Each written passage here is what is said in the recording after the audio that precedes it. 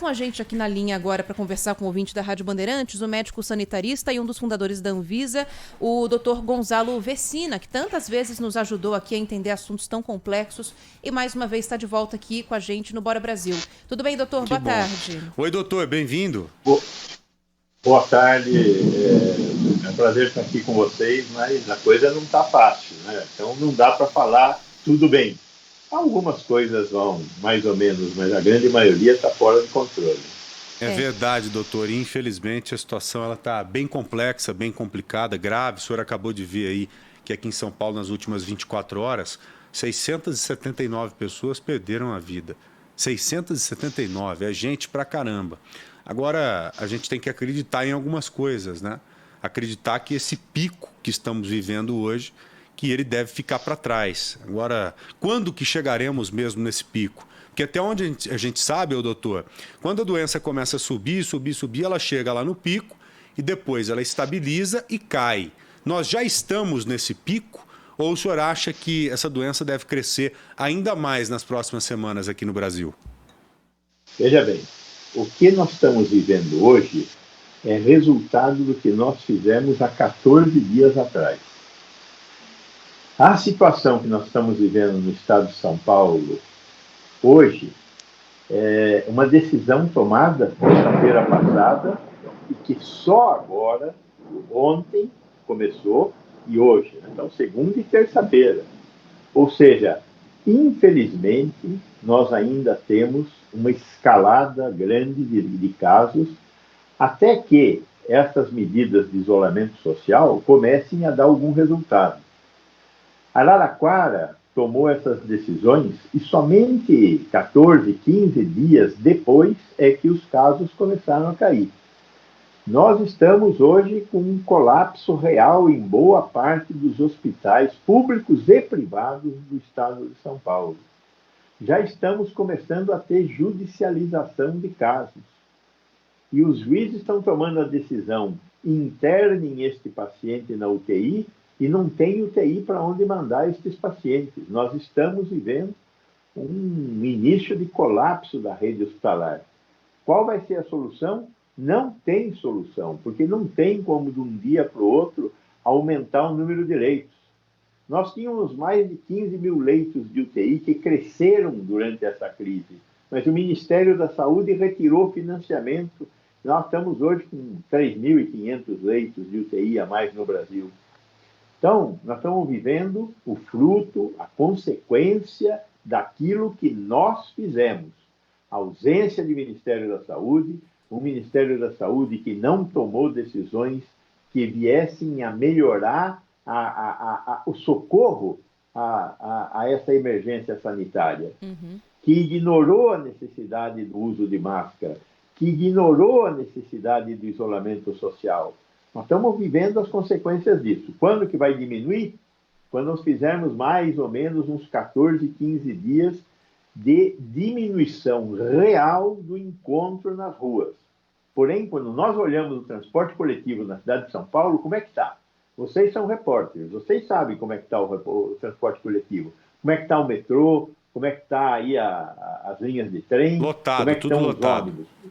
Então, meu amigo, infelizmente, não sou eu que quero, não sou eu que estou determinando, nós vamos continuar tendo um aumento do número de casos. Enquanto não aumentar o isolamento social, nós temos encontros, e encontros produzem doentes. Não tem outra saída. Agora, na sua avaliação, doutor, a gente está vendo mais uma vez a troca de um ministro da Saúde, né? Uma pasta que o senhor acabou de criticar, inclusive, pela falta de ações coordenadas no país. O que a gente deveria ver de imediato nas ações desse ministro, no sentido da gente começar a reduzir esses números, mudar esse cenário que a gente está vendo aí, que tem um futuro nada bom, né? Olha, chovendo aí, hein, doutor? Aliás, né? Que chuva, hein? Tô vendo o senhor olhando para a janela aí, que temporal por aí, hein? Uma trovoada aqui. Mas ele já disse uma coisa que eu tenho certeza que é real, né? Ele não tem varinha de condão.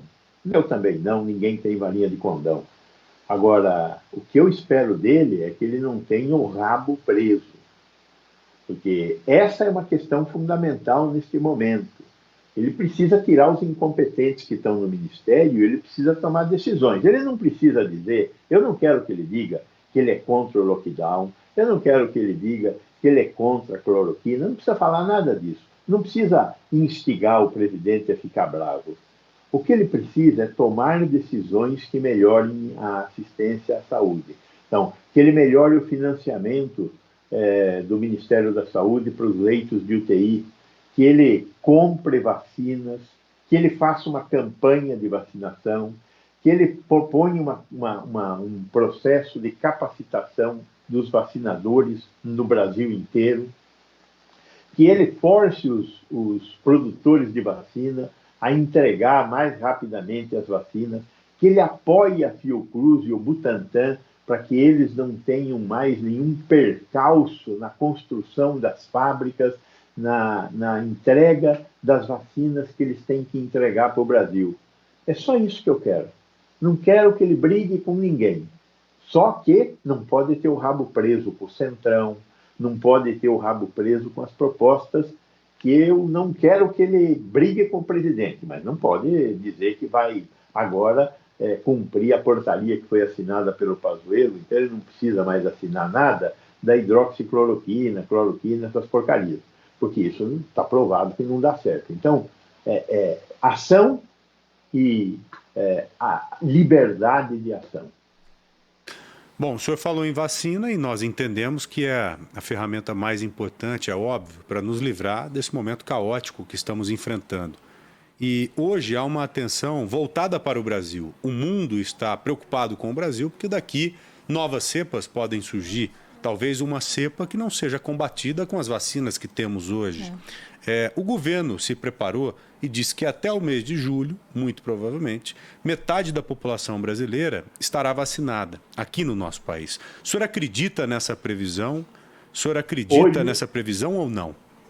Hoje eu não acredito nessa previsão. Veja bem, quantas pessoas nós vacinamos em janeiro, fevereiro e março? 10 milhões de pessoas, mais ou menos. Em abril, talvez nós tenhamos 35 milhões de vacinas. Então, abril, maio, junho, julho. Teremos que ter aí 70 milhões de pessoas vacinadas, com mais 10 milhões que vacinamos agora, 80 milhões de pessoas vacinadas, com as 2 doses. Nós temos que vacinar algo em torno de 180 milhões de pessoas. Essa previsão que eu fiz de abril, maio, junho e julho, se Fiocruz e Butantan fizerem as entregas cheias que eles dizem que vão fazer, em torno de 40 milhões de doses mês. E ainda se houver alguma entrega do COVAX Facility, o programa da Organização Mundial da Saúde. Isso permitirá a gente chegar próximo da metade de quem temos que vacinar, que são os 160, 180 milhões de brasileiros com mais de 18 anos. Ainda não será suficiente para haver uma queda do número de pessoas com a doença, como aconteceu em Israel, como está acontecendo na Escócia. É o caminho. Uma melhor cobertura vacinal reduzirá o número de casos, mas nós temos que andar mais rápido para isso. E para isso, teremos que... Ontem o Pazuello andou falando que temos 500 milhões de doses compradas. Nós sabemos que nós temos, no momento, 360 milhões de doses arrumadas entre COVAX Facility, Fiocruz e Butantan. Só que essas entregas vão terminar em janeiro de 2022. Janeiro de 2022 está bem longe. Seria bom que a gente tivesse mais umas 100, 150 milhões de doses para concentrar e terminar de fazer a maior parte da vacinação entre setembro e outubro. Mas depende disso que o Pazuello falou ontem, ser verdade. Não dá para confiar num cara que em uma semana falou em 5 números diferentes de vacinas, reduzindo todas as vezes que falou o número de vacinas que estava disponível, até ontem falar em 500 milhões de doses que ele comprou. Sim. Então, vamos ver. Bom, de acordo com o senhor disse, pela previsão que o senhor fez, não tem como vacinar metade da população até o mês de julho. Mas com essa previsão que o senhor fez, não teremos condição de imunizar a metade da população, mas dá para imunizar uma parte considerável. Essa parcela considerável já seria suficiente, por exemplo, para permitir que todo paciente infectado tenha atendimento? Porque seria uma situação muito difícil dessa que estamos vivendo hoje. Hoje estamos vivendo praticamente um colapso nacional, um colapso em todas as partes do Brasil. Se vacinarmos, de acordo com isso que o senhor colocou agora, até o meio do ano, dali para frente, daria para a gente ir lidando com a doença aos poucos, até que as vacinas comecem a chegar em escala aqui no Brasil? Ou seja, a economia funcionando, o comércio aberto, novos doentes aparecendo, mais doentes sendo tratados? Veja, eu gostaria de acreditar nisso. Nós estamos hoje próximos dos 300 mil mortos. Os epidemiologistas, eu sou sanitarista, eu não sou um epidemiologista. Os epidemiologistas acreditam que nós vamos chegar em 500 mil mortos. Eu não sou capaz de fazer esses cálculos. Eu só estou repetindo o que os epidemiologistas estão falando. Eu tenho muito medo de ter alguma visão que seja melhor e nós relaxarmos mais ainda o que já está relaxado. Eu preferiria trabalhar com uma visão um pouco mais dura da realidade e tentar manter, pelo menos até julho, agosto, são 4 meses, que nós teríamos que manter um mínimo de isolamento social, para depois, eventualmente, ter uma condição mais, entre aspas, normal de vida. Eu acho que nós temos que dar um crédito para esse período, principalmente com essa variante P1 solta aí, que tem aumentado tanto o número de casos e a gravidade dos casos e lotado os nossos hospitais. Eu, infelizmente, prefiro ficar com a visão mais pessimista. Agora, doutor Gonzalo, a gente também tem um outro assunto importante para abordar com o senhor, que tem a ver com a questão das vacinas, e é a vacina de Oxford, né? Oxford AstraZeneca. Vários países na Europa suspenderam o uso, são 15, entre eles Espanha, Itália, Alemanha, Portugal, o mais recente a entrar nessa lista, depois de alguns casos de trombose, né, de coagulação em idosos que foram vacinados. O laboratório fala que são casos em número, né, pequenos, perto da quantidade de pessoas que foram vacinadas e não tiveram nenhum efeito colateral ou efeito colateral grave.